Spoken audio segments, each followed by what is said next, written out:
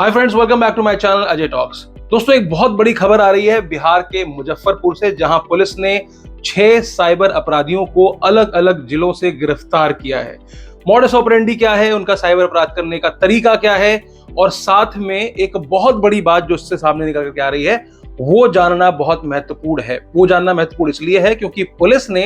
एक कंप्यूटर के coaching centre में छापा मारा। छापा मारने के बाद पता चला कि वहां पर जो पढ़ने वाले छात्र हैं, जो वहां पर कोचिंग ले रहे हैं, कंप्यूटर की ट्रेनिंग ले रहे हैं, वो सारे के सारे लोग जो हैं वो साइबर अपराध में बिना जानकारी के संलिप्त हैं। संलिप्त क्यों हैं? क्योंकि जो उसके टीचर हैं, यानी कि उस कोचिंग संस्थान को चलाने वाला जो संचालक है, जो अध्यापक है, जो गुरु है, वो ही जो है इस पूरे जो साइबर अपराध है उसका मास्टरमाइंड है। और उस साइबर अपराधी ने क्या किया कि कोचिंग में पढ़ने वाले जितने भी बच्चे थे सबके नाम पर बैंक अकाउंट खुलवा दिए, और खुलवाने के बाद उनके अकाउंट्स में साइबर अपराध से आई हुई ठगी की रकम को ट्रांसफर कराया। और आप जानकर के हैरान हो जाएंगे कि पिछले 1 महीने के अंदर अंदर उस कोचिंग संस्थान में पढ़ने वाले छात्रों के अकाउंट से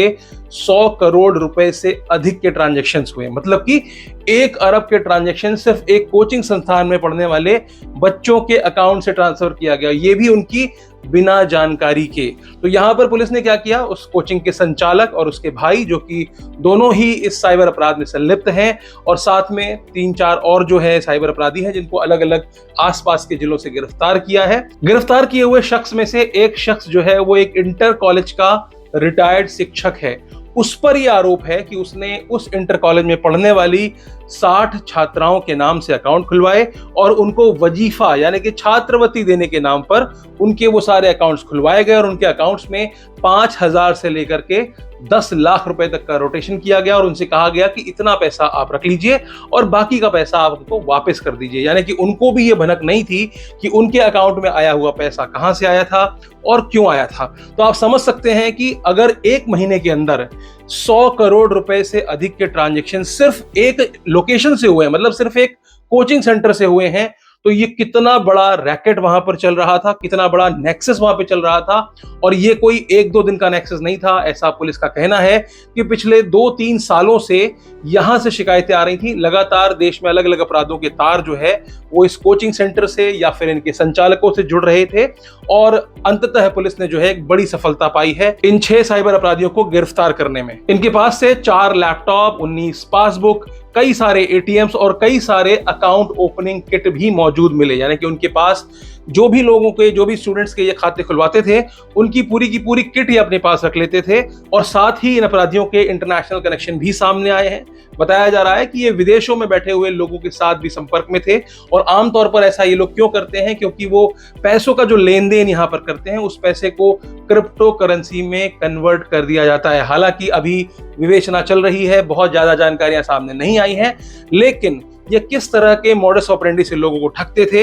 इसके बारे में वहां के एसएसपी मिस्टर राकेश कुमार जी ने एक प्रेस कॉन्फ्रेंस की और बताया कि आज के दौर में जो एक बहुत बड़ा अपराध चल रहा है, जिसमें लोगों को कॉल किया जाता है और उनको बताया जाता है कि आपका बच्चा या रिश्तेदार या बेटी किसी के साथ में ऐसा कुछ कांड हो गया है, यानी कि उसने या तो रेप कर दिया है, या फिर उसको चोरी में फंसा दिया गया है, या उसने कहीं किसी अपने ऑफिस में कोई अपराध कर दिया है, गबन कर दिया है, इस तरह की बातें बताई जाती हैं। और पेरेंट्स को डरा कर, धमका करके, पुलिस वाला बन करके उन्हें कॉल किया जाता है, और उसके बाद पेरेंट्स को और रिश्तेदारों को हैरेस करके उनसे पैसों की उगाही की जाती है। तो फिलहाल वो इस तरह के मामलों में लिप्त थे, और सिर्फ मुजफ्फरनगर या बिहार में ही नहीं, पूरे देश में उनका जो इस नेक्सस चल रहा था। ये जो भी अपराधी हैं ये अलग अलग क्षेत्रों में जाकर के वहां से ऑपरेट कर रहे थे, और पूरे देश से हजारों लोगों को इन्होंने ठगा था। हालांकि अभी मामले सामने निकल कर नहीं आए हैं, तो कोई एक आंकड़ा बता पाना बिल्कुल भी पॉसिबल नहीं है कि कितने लोगों को इन्होंने ठगा था। लेकिन जो रकम है उस पर आप गौर कीजिए,